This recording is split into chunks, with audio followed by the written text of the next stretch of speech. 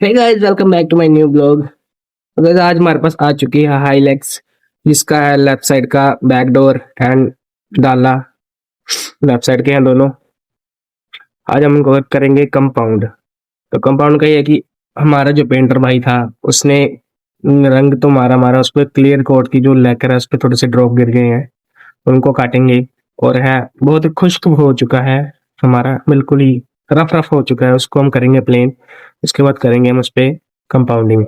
तो देखिए कैसे कैसे मैं अब करता हूँ, क्या क्या होता है क्या नहीं होता है, मिलते हैं थोड़ी देर में।